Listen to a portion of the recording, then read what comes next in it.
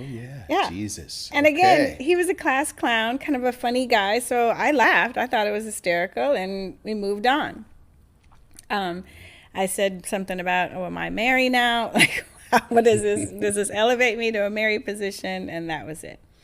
So I didn't really think too much about that. But then the phone calls started getting even stranger, right? Hmm. So they started to increase. So he's calling several times a day. And again, I'm like, what's going on? Are you okay? He's like, I feel funny. And I assumed that, oh, yeah, you're in this college life experience. So you're probably drinking too much. And.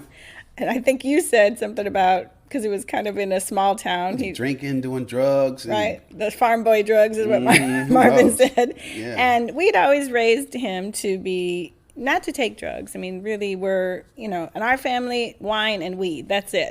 That was always the rule in our family. Stick to wine. If you're going to experiment, you can experiment with weed a little bit. But Hmm. so we didn't know if that was it, but he said, I'm feeling funny, Mom. And I told him, hey, you got to eat better, take care of yourself, get some rest. This is quite the change that you're going through, Hmm.